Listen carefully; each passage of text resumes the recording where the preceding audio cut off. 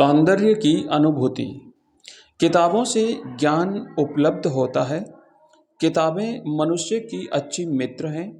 पढ़ने की आदत व्यक्तित्व में निखार लाती है, लेकिन केवल पढ़ने से ही सब कुछ नहीं होता।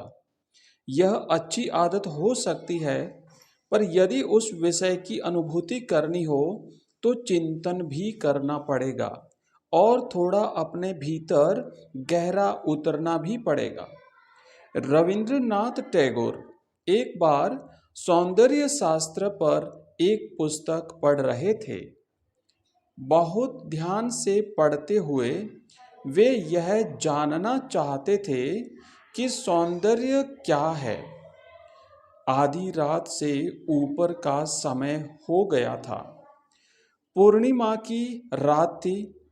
उन्हें नींद भी आने लगी और ऊब भी होने लगी।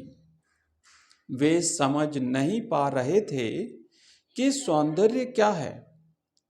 जब वे थक गए तो उन्होंने फूंक मारकर मोमबत्ती की रोशनी बुझा दी। रविंद्रनाथ टैगोर बताते हैं कि जैसे मैंने बत्ती बुझाई, बाहर से चांदनी मेरे कमरे में बिखर गई। सारा वातावरण जैसे धुल गया। मैंने खिड़की पर जाकर देखा तो ऐसा लगा जैसे चांद मुझसे कह रहा हो, मैं बहुत देर से तुम्हें याद कर रहा था, पर तुम किताब में डूबे थे। ठंडी हवा का झोंका, चांदनी में नहाया बदन और आंखों से सौंदर्य को देख रविंद्रनाथ जी को अचानक याद आया कि इसे ही कहते हैं सौंदर्य। वे बाहर छत पर आ गए। ऐसा लगा जैसे वे चांदनी की झील में उतर गए हो।